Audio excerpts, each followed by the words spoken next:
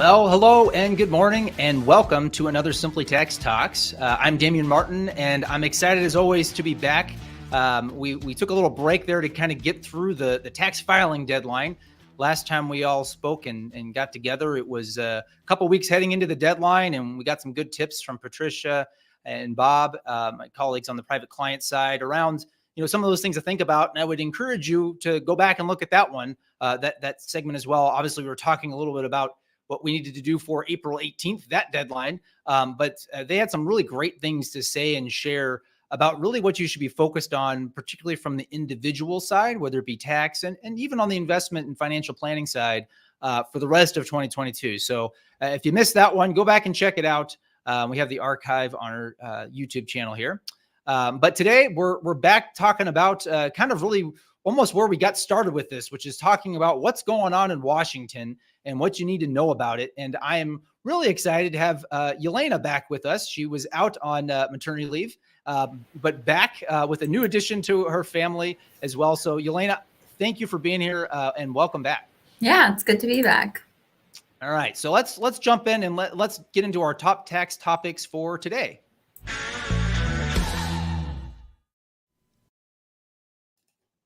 All right, Yelena. So there has been a lot that's sort of been happening. I guess a lot of headlines kind of floating around in Washington. It's almost overwhelming. I mean, there's a lot of tax things. There's a lot of non-tax things. We had a filing season in there. Whether you're a tax professional, you had your heads down doing taxes, or even just someone who's not. I feel like everybody's got a lot going on. So why don't we go back to something that happened actually at the end of March? And it's similar to what happened at the end of March last year. And that's that the president released his proposals, I guess, if you will, for the fiscal year 2023, or along with the Green Book, or the so-called Green Book, I guess. Why don't we start there in terms of maybe what was in there that caught your eye, or maybe the talking points around it, and perhaps even more importantly, should we be paying attention to it, and why, and what are the chances that we might see any of these proposals actually enacted into law? Yeah, so the Green Book is basically a summary of the tax policies that the administration would like to see happen in the next year. And the thing about it is it's more of a wish list. I think last year we got more excited about the Green Book because we knew that the Congress was going to start working on a bill. And so we figured, the Green Book might be a good explanation or a primer of what we expect Congress to pass. And it really didn't even go together at all. Congress went their own way with the Build Back Better Act, and the Green Book kind of had its own wish list. And so going into this year, we again have this, we like to call it basically a wish list, because again, remember, the president can't pass laws. And so he has these policies that he would like to see happen, but Congress has to actually put those into a bill. And we saw how Build Back Better went last year, and it didn't go anywhere. And so the chances of President Biden's policies in this Green Book making it into a bill this year are very, very unlikely. And so basically take this with a grain of salt, because it's, again, it's policies the president would like to see become law, but Congress has their own agenda. We'll talk about that a little later. And most of this is not on the congressional agenda whatsoever for this session or for this year. And so we really don't think much of this will become law, but it's something to be aware of, because it could be up for negotiation. And whatever bill comes out of Congress this year towards the end of the session. But not much of it was a surprise, what was included in the Green Book, because again, President Biden has kind of stuck pretty close to what his policies are as far as when it comes to tax. So a couple of the highlights are, raising the corporate income tax rate from 21 to 28%. And that's nothing new. We've seen that come up multiple times. There's also several incentives to keep jobs in the U.S. and removing tax deductions or incentives for shipping jobs overseas. Again, that's not anything new. We've seen that in various forms. In this case, it's a 10% tax credit to keep jobs in the U.S. and then taking away tax deductions if you ship jobs overseas. There's also 20% minimum tax on total income, including unrealized gains of taxpayers with wealth greater than 100 million. And again, it's targeting what the administration sees as wealthy taxpayers who are not paying enough tax. And so they came up with this concept of minimum tax. And we've seen various variations of that. And so this latest one is a 20% minimum tax on income greater than 100 million, which includes unrealized gains. As far as individual rates, again, nothing new. We've seen a proposal to increase the top rate to 39.6%, and that would impact households making more than 450,000 for married couples a year, and then 400,000 for unmarried individuals. There's also a proposal to tax capital gains and qualified dividends at ordinary rates. Again, we've seen this before. It's not anything new. And this would impact taxpayers with taxable income over 1 million, which would be adjusted for inflation after 2023. And then there is a variety of estate and gift tax proposals. And so that's impacting various trusts and estate planning. And Damien, I think you can cover that better than I can, since that's your wheelhouse. Sure. Yeah, no. And it's interesting because, again, a lot of the things that are in there aren't entirely new and surprising. Probably the biggest one it came about as part of the Build Back Better, as we were talking about last year, but some of the modifications to grantor trusts, that would really have a very significant impact on a lot of the more sophisticated planning that you can do under the Internal Revenue Code for estate planning purposes. And so that created a big pressure point, I think, at the end of last year to have some of those conversations. And I would still say, it's still out there. Like you said, Yelena, right? I mean, we don't know. The president can't, create laws, as you said, but at the same time, this is the basis. We know what his wish list is, right? And so it's still certainly out there. But there's one interesting thing. I'll go back to that minimum tax that you were talking about there, Yelena, because that's an interesting one, probably because there's probably some question, and it would be for the Supreme Court to determine. So I'm not even going to venture down the road, but from a constitutionality perspective, as to whether you can do that. I mean, should it go forward? And Wyden, had introduced something, similar, right? Or incorporating that, we would see probably almost certainly a challenge as to whether or not it's constitutional to impose a minimum tax on wealth, essentially. And there's just a lot of logistical things as a tax accountant that I get concerned about, of like, how would you actually go about feasibly doing that and the cost of doing that? There's one interesting thing, though, that kind of on the individual private client side, I guess that also caught my eye in the proposals. And that's that there would basically be a proposal to introduce a balance sheet in the tax filing for trusts, the Form 1041. Basically, you would add a balance sheet. Right now, you don't have that. So think of it more of like on the business side, there is a balance sheet that's presented. Trusts and estates don't do that. So that would be very interesting. Certainly add more from a compliance perspective, would maybe help to nail things down, but that can cut both ways, right? Because it also gives that, that information is now part of the tax return. So that would be an interesting proposal that, again, who knows? Some of these things can sometimes get taken off the shelf, perhaps if they're looking to do something else or accomplish something else or fill a gap. I don't know, maybe Elaine, let me ask you this question, and I'll share my thought on it, I guess. But, so what do we do being armed with this information that, this is the wish list, and then maybe there isn't the political appetite in Washington on the Congress side, I guess, to do anything about it. What do you think?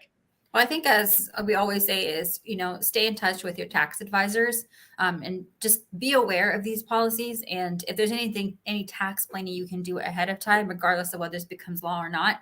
And if it has benefits to do it now, regardless if it doesn't become law, then go for it and do it. And if it does become law, there are things you can do ahead of time to kind of start thinking ahead and planning. There's a lot of options out there. So I think it's just being aware of the policies and being in touch with your tax advisors and kind of keeping, your hand on the pulse of it, and just being aware of what's going on out there. Again, Congress is very determined to pass something this coming, few weeks. We probably will see something where we're thinking July, probably. Just because summertime is campaigning for midterm elections. And so before everyone ships off home to the campaign trails, we're probably expecting, if something passes, it should pass hopefully by July. And there should be some kind of tax policies involved. And it might not be all of these. It could be some of these. It could be something we haven't even seen before, because that happened with the Build Back Better Act, right? We saw things pop up in different versions that were never even on the table. And all of a sudden they were in the bill. And so, you think, oh, this will never actually make it into anything, but then you never know. They'll put one of these policies and, put it into the bill that passes. You don't know. So you kind of have to be aware of everything that's on the table, potentially to be included in whatever ends up passing, if they pass anything this year. Absolutely. Yeah. I mean, and you just think about too, that, like you said, some of the things that they're in the bill, they're out of the bill. And well, especially to the extent that it made it into the Build Back Better, the draft legislation, there are, I guess, even that it had passed the House, right? That, you actually have legislative text there that operates to do some of these things. So if you're looking at taking something off the shelf, well, it's a lot easier when you already have the legislative text drafted, right, to do that. So I think that becomes a real possibility as you look at it. And I guess from my perspective, on the private client side, I always say that today is the best day to start doing some of that, estate planning and wealth planning and so forth. And the reason being that there's things that will happen even if none of this happens. There's a lot of provisions of the Tax Cuts and Jobs Act that was enacted and came into law. Well, it's enacted at the end of 2017, came into law for the most part in the beginning of 2018. But a lot of the individual provisions, almost all of them, expire after 2025.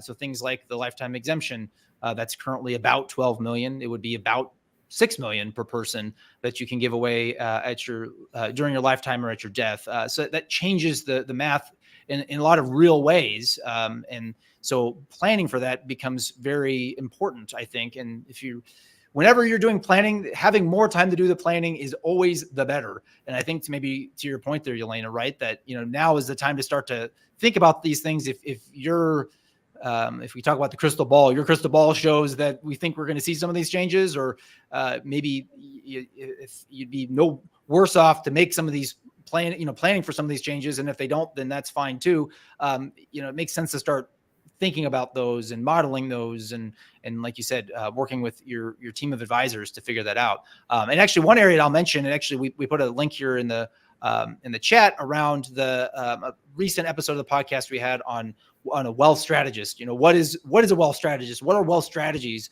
What should you be considering? So whether you are a business owner or an executive or you advise one, basically thinking about some of these wealth strategies. It's not a one and done. It's a life process. But we had a real good conversation on episode 144 with BKD's Troy Farmer, and he talks about some of those. So I would point you there as well. But Yelena, I want to go back to, a lot of the things that we saw in the 2022, the fiscal year 2022 proposals from the president. Very, forms of them kind of showed up in the Build Back Better. Some more closely resembled the Green Book than others. But, there's been some talk about the Build Back Better being back. I guess it sounds like a Backstreet Boys song. I want to start. I'm not going to sing over here, but I'll leave your imagination to that. But anyway, it would be all right, I guess, if I didn't do that. Anyway, so Build Back Better being back. What's the deal with that? Is it back? Would it still be the Build Back Better? What's going on there? Yeah, so Democrats again are very motivated to pass something because we have midterm elections coming up here this fall, and all of the political pundits are predicting that the Democrats are going to lose the House and the Senate, which is not a good thing for them because they had really ambitious policies going into once President Biden was elected and they got control of the House and the Senate. They had really high ambitions, and they passed the infrastructure bill, they passed some COVID spending bills, but they've really been struggling to pass significant tax policies. Or even the social spending policies attached that those tax policies would pay for. And again, we saw that all kind of come to fruition, Build Back Better. We had multiple versions, gain steam. We thought, this is going to pass. Everyone started planning. And then it just kind of came to a screeching halt before the holidays. And here we are again. And Democrats are, saying, we have a couple weeks. We don't even have months. They have weeks to pass something before elections in hopes of kind of turning the tide and maybe not losing the House and the Senate and kind of switching those numbers back to in their favor.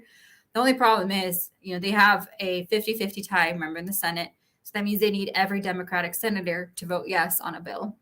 And we kind of have competing interests, right? You have Senator Sinema who's saying she won't vote for anything with tax rate increases.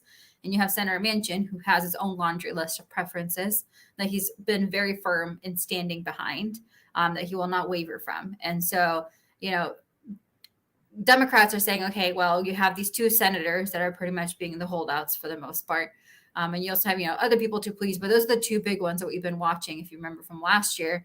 So they're saying, let's try to pick a few of the best provisions from the Build Back Better Act, give it a new name. They want to kind of differentiate and say, this is a new thing. But they would probably draw from the Build Back Better Act, take some of those provisions, piecemeal something together, something much more slimmed down, and something that will get both Sinema and Manchin behind, and all 50 Democrats in the Senate.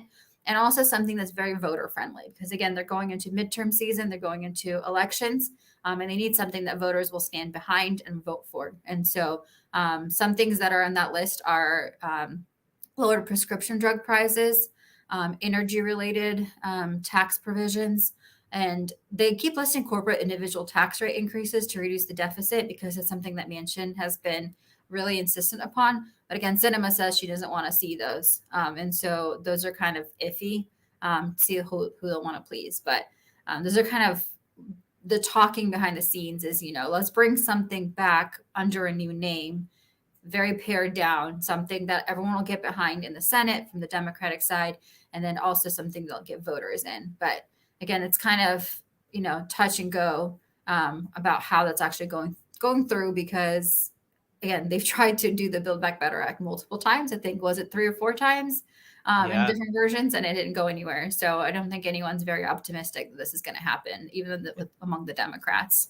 It does seem that way, I will say, from those that I'm kind of hearing from as well. And yeah, it was interesting. I was revisiting some of the materials that we were working at the end of last year, and we had put together this slide that compared the total rates under the different proposals, and kind of had the different ones compared. And it was interesting to see and just revisit how that had evolved. But we have one of our polls up. If you're watching live, and Michaela has a little Backstreet Boys humor in there too, so I thought that was pretty good. But I'd be curious, because I think it is almost anybody's.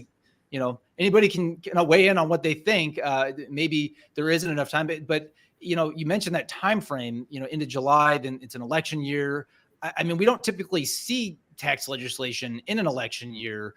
And maybe for some of the reasons you mentioned, right? Like I can relate with Senator Sinema, right? You don't necessarily want to raise rates before you're going to have to go, you have voters going to the ballot box, because that can generally not weigh as favorably for you, in just a general sense. Right. So, are those headwinds, you think? I guess this is just your thought on it, right? Your take, I guess. Do you think those headwinds really do, I guess, make it unlikely, or is it just anybody's guess from your perspective at this point in time? It is anybody's guess, I think, at this point, because if you think about it, so Manchin, right, he does not want to increase the deficit. Any social spending that's going to be in a bill, he wants it paid for, and he doesn't want it to increase the deficit. And the way we pay for things is with taxes, right? That's where the funding comes from. And so you can, increasing taxes is the easiest or the most simple way of paying for these policies. And so they do want to pass these policies, but they also don't want to raise tax rates. And so you're kind of trying to get really creative on how you're going to do this. And you're also limited in what you can include in the bill then, because you don't have much to pay for it, if you don't want to increase the deficit and it has to be paid for. And without Manchin, they can't pass it. And no Republicans are going to go in and step in and help, because they're seeing the light at the end of the tunnel saying, we're about to win the House and the Senate and maybe the White House next, in the next 2 years. And so, we're not going to help you guys. Like, you thought you could accomplish this, go do it on your own. And then you have Manchin saying, I'm not voting for anything without this or with this included. And so I think the Democrats are really going to be struggling trying to pass something significant. So I think in the end, they'll pass something, but it'll be very, very pared down and very, very, I guess, not significant, because to do anything significant, you need to pay for it. And with Manchin's demands and Sinema's, they can't raise the tax rates to the rate that they would want to be able to pay for everything they want to pass. Yeah, there's a lot of balancing going on there, and vote counting and all that sort of thing. Mm-hmm. So maybe we change gears a little bit over to some, there's other things on the table that would have tax related implications from a legislative perspective. maybe you could look at, I don't know, maybe a few of those. I know you are always helping us kind of keep up to date on some of those, and have been watching a few. So yeah, what else is on the list? If we're, Build Back Better by another name isn't, we know where that stands. What else is out there that we might possibly see? Yeah, I think the big one right now that everyone is talking about, at least the last week, is an energy and climate package. Senator Manchin said he's been in discussions with both Democrats and Republicans, and he thinks there is some interest or appetite for a bipartisan energy and climate bill. And so the Democrats ideally want to take what's in the Build Back Better Act as far as energy related provisions and just basically make a bill of its own. I think that was priced at about $550 billion, which is a big price tag. And so to get the Republicans on board, they'll definitely have to pare that down. The only thing Senator Manchin does not want to include in that is electrical vehicle tax credits. He's saying, there is not enough supply to feed the demand right now. So there's no reason to give out tax credits when we can't even, keep up with supply due to supply chain issues. And so that's been, making the headlines this last week, where Senator Manchin's already kind of laying out the things that he would stand behind and he wouldn't stand behind in an energy and climate bill. The White House has said that they would be in support of that because climate and energy provisions are voter friendly and they have some bipartisan interest or appetite to pass something like that. And so that's a big one that we're seeing. And I think the chances of an energy and climate bill that includes the BBB provisions is more likely than a renewed BBB Act coming out. And so that's something definitely to watch because that's kind of gaining steam in Congress right now as something that could both be voter friendly and include some tax policies in there. Another one that we are watching is a domestic manufacturing bill. Both the House and the Senate have their own versions, and they put together a conference committee, which basically it's members from House and Senate who get together and they try to iron out the differences between their two versions. And that could include some tax policy in it. There's an option for 25% advanced manufacturing investment tax credit for semiconductor facilities. So it's very specific.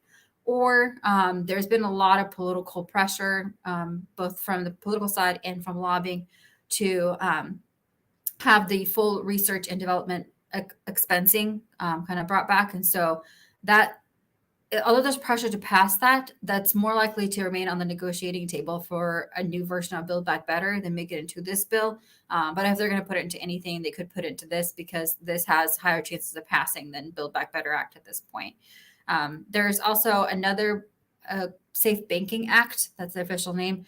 Basically, it's a bill proposed in the Senate that would allow access to banking services for cannabis businesses operating in states where marijuana sales are legal by exempting financial institutions from federal investigation or prosecution for providing those services.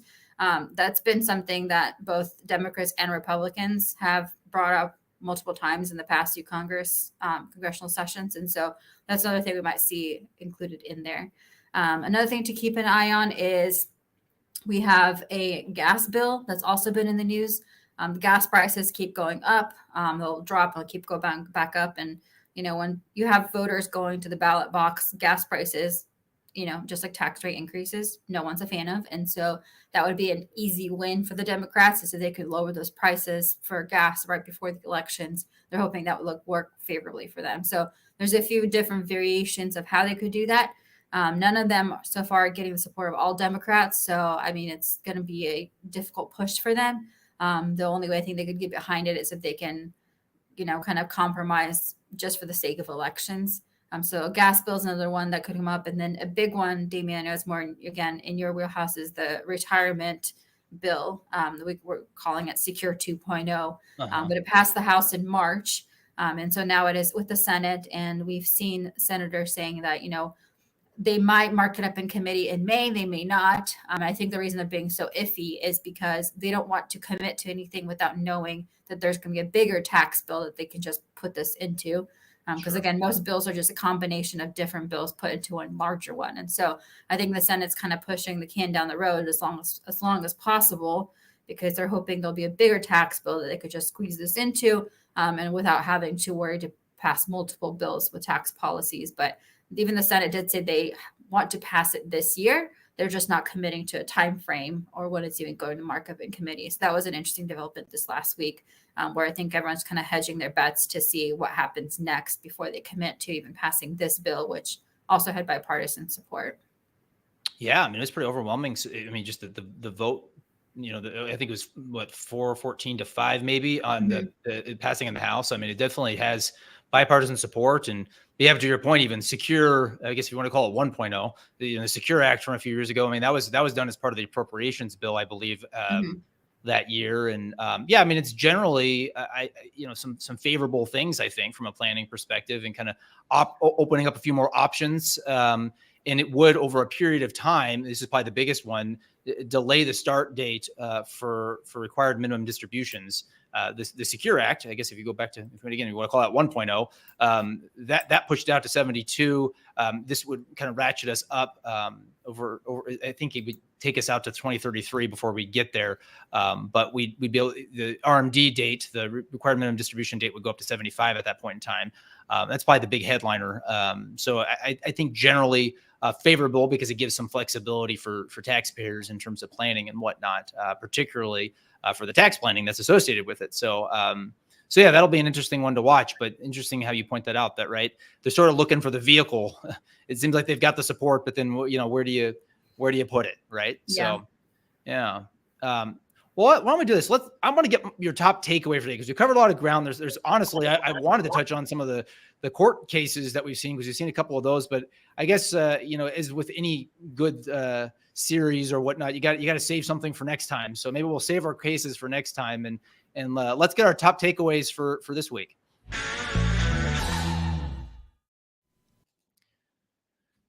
So, Yelena, all the things we just talked about, particularly as we're heading into, these warmer months here, and the election, focus and all that, what are you watching? I'll say in the next coming weeks here, from the things that you just talked about, or maybe some that you didn't talk about.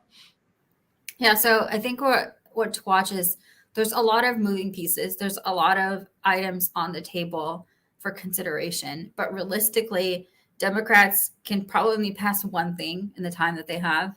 So one bill, and they kind of have two options, right? They can get something with bipartisan support, which would require them to get 60 votes in the Senate, which means 10 Republicans have to vote for it. Unlikely, because Republicans are now kind of, again, like I said, they're kind of smelling a potential win here. And so they're kind of, sitting back and saying, we're just going to wait this out. So I doubt that they're going to stand behind anything, no matter if there is bipartisan support. Like, there is bipartisan support for the extended and expanded child tax credit. But Republicans are saying, you know what, we're not going to vote for anything with it. We like it. We support it. We have our own, preferences for it, but we'll just include it in one of our bills when we win the House and the Senate and the White House in a couple of years. And then it'll be Republicans did this, not the Democrats. And so they're kind of, just kind of waiting it out, honestly. So that leaves Democrats using the budget reconciliation process, which is what they wanted to pass the Build Back Better Act with, which requires only 50 votes, but it means that every Democrat in the Senate has to vote yes. And again, you get Manchin and Sinema, who have been the holdouts multiple times over and over again, especially Senator Manchin. And so you have to please him in order to get anything out. And so Democrats are kind of, I think, getting anxious, because they're really doubling down here in the last few weeks before elections, because it's their last chance to get something passed and saying, hey, we did something. We accomplished something here, voters vote for us. And so they're going to be looking for something that's an easy win, gets voters on board, gets Manchin on board. And so you have all these things that they're considering. And I think tax will be included in it somehow, because again, anytime you're spending money, you have to have taxes to back up to pay for it, or some kind of beneficial tax provisions to push a tax policy through. And so I think what we're watching really is just which one of these is going to kind of percolate to the top as the vehicle for any kind of policy that would help them, at the voting booths come election time this fall. And so they're just kind of watching everything and see what percolates to the top, because they're kind of throwing everything at the wall and kind of seeing what sticks at this point. And so just keeping an eye out and see what I guess mostly what Manchin is saying, like he wants to see. And right now that's an energy and climate bill. That's his big thing right now. And so I think that's kind of being the winner right now. But Anything else goes, from the Green Book to, really a new Build Back Better Act under a new name. Who knows? So there's a lot, right? And I feel like that was almost my thought with this session today was to like lay it all on the table, because I think you're right. There's just seeing what sticks almost, and then you pick your horse to go with, or whatever. I guess with the Kentucky Derby coming up or whatnot. I don't know, whatever the metaphor you want to use, right? But you've said it before, right? Kind of watching what Senator Manchin does, and sounds like that's still kind of at least the case, because the environment is still very similar in terms of the dynamics and those counting the votes, right? So it will be very interesting to see. And I guess with that, we'll kind of wrap up for this week, but we'll be back with the live stream. We'll do another one later this month. So make sure you're subscribed to the channel, hit that subscribe button, post your comments, particularly if you're watching it as an archive. Let us know what you think. Give us your questions. We'd love to help. And that's really what we're here for and what these live streams are all about. So thank you for watching today and joining us. Yelena, thank you for joining us and coming back. You were missed. But again, we're just so happy for you for the time that you have with your growing family. So thank you again for sharing your insights today. Yeah, thank you. All right. Well, again, thank you for watching, and we'll see you again soon. Thanks.